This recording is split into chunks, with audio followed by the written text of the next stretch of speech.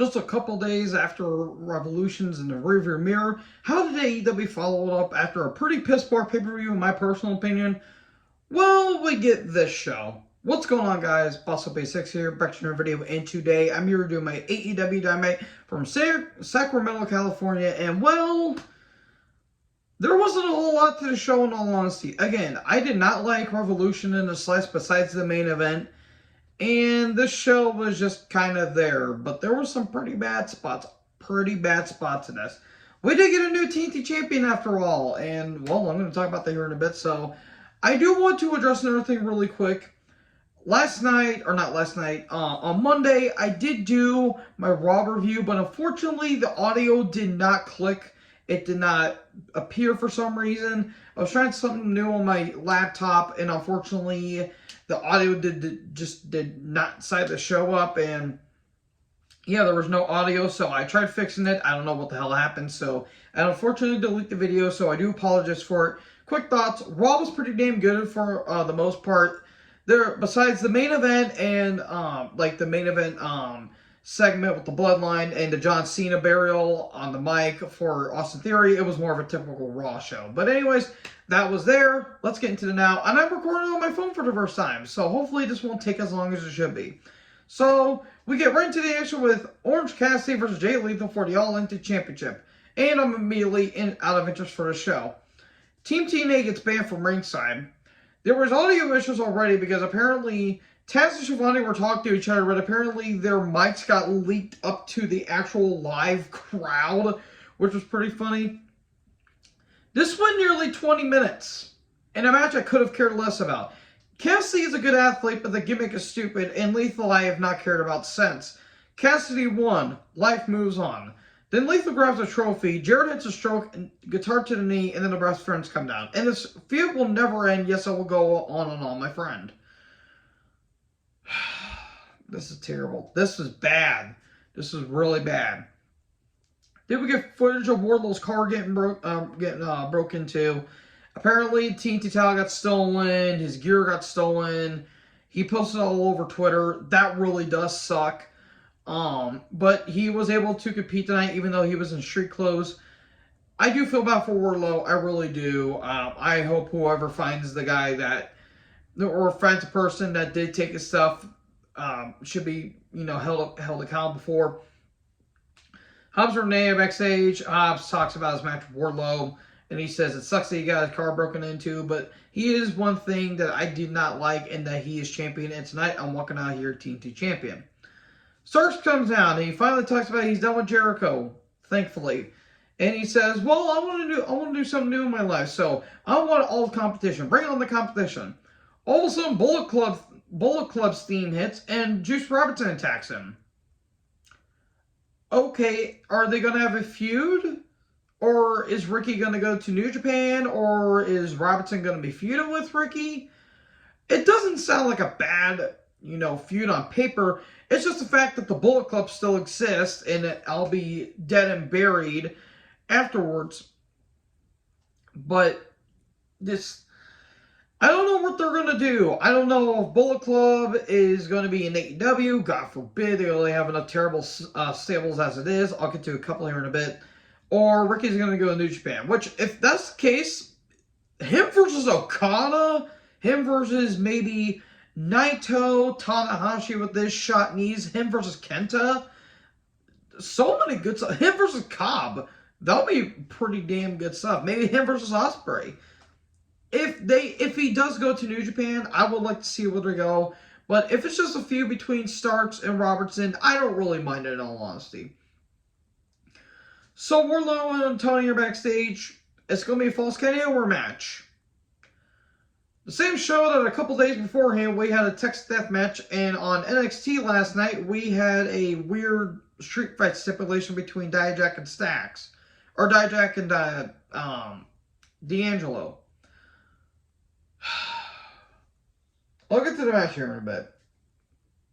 I do still feel bad for Wardlow.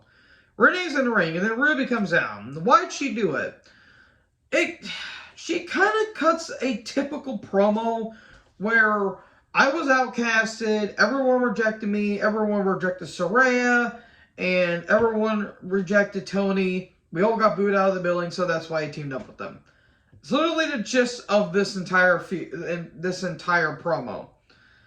And then Ruby took on Sky Blue. The match wasn't bad. Sky Blue looks very beautiful, and she's got a bright future. It's just stepping stones for her. But eventually Ruby wins.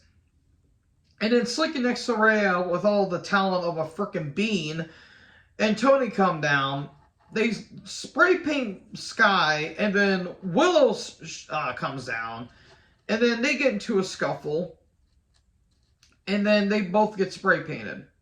This is doing nothing for Tony or Ruby. This is doing nothing for them. This is really devaluing Tony and Ruby. And Soraya can piss off for all I care. So we get Hangman and Renee backstage. Hangman says, well, physically I've never been better, but mentally I'm still a little bit scarred. And he says, I do want to apologize for all the stuff that I've been doing. And me and Moxley are now over about that. Then we get MJF talking about Revolution and all that stuff. This was great stuff. And he says, you know, next week it's not going to be a birthday, it's going to be a bar mitzvah. So there you go. That's basically the gist of it. Again, if you have not watched the Iron Man match, please do. You'll thank me later. Because MJF is just that damn good. Tony's in the ring, and then FTR come down. 7-star FTR come down, the greatest tag team in the world right now. Maybe possibly Gorillas of Destiny, but that's because I don't want to get murdered by Haku. Could have pretty damn good promo here as usual. They talk about Jay Briscoe, and they had to go away for a little bit because they want to take some time off, and you know, they lost to the Claim, they lost to the Guns, they lost to AAA tag titles, they lost to ROH tag titles, and talk about their trilogy with the Briscoes and, you know, hyping themselves up. And they say that one day we'll be champions again. Top guys out. This is good stuff. It really got the crowd pumped up and it really got the crowd emotional. I'm really curious to see what they're going to do with FTR. Please give them the tag titles soon. Because if not, then you're just wanting them to go. You're just wanting them to go away. So, Renee, Cargill, and Layla Gray, my goodness, are backstage, and Jay talks about how she's looking for more competition, even though she really hasn't been featured all that well. And she says, we're going to be in Canada next week. Find me the best Canadian women's wrestler out there. Okay, I'm curious as who's going to accept the challenge. There's rumors that maybe Taya Valkyrie, but she's technically, I think, in Impact right now, so I don't know what the circumstances are going to be, what that is, but look, Jade has a look, but she's nowhere near ready. She's starting to progress in some ways, but she's still the same. So that's all I'm going to say there. And then, oh, Jesus. The Jazzle Society, Jericho, Garcia, and Guevara took on Top Flight and AR Fox. I like Top Flight. I like AR Fox. I like Garcia. This did nothing for anyone. We get a bad shot by Hager. The Jazzle Society win. There was more to the match, but I didn't care for it. They want House of Black. They want the Trios Tag Titles. God forbid they give them the Trios Tag Titles. Let's go out. The Elite come down. Kansas deserves better is what I put down. Don Callis talks. This was atrocious. This was absolutely atrocious. And then the Lights show up and House of Black show up. There's going to be a triple threat next week. Good God.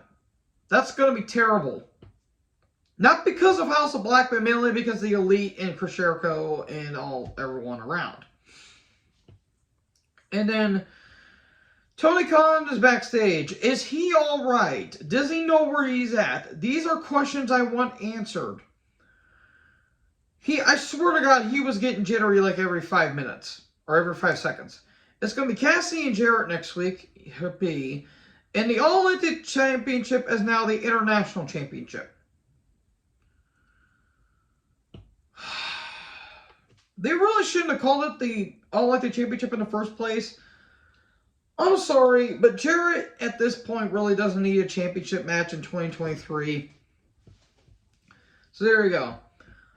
Brian talks about Revolution. He says he's going to take some time off. He needs to rethink himself, and he feels like he let everyone down. This was a really damn good promo by Brian. Mox and Claudio Yuta took on Reynolds and Silver. I didn't really care for it, but the match wasn't bad. Silver and Reynolds are a solid team, but I don't care for the Dark Order. Moxley surprisingly didn't bleed. That's a first for once. But in the end, we get a choke by Moxley. Moxley and Claudio win, but Moxley keeps putting the choke on. Then here comes Uno. He's starting to attack everyone, but eventually he gets taken down. And here comes Paige. He's limping, and he wants this to be over. Then he punches Claudio, and we get a beatdown. And this feud will never be over. Never be over all the anything. Great.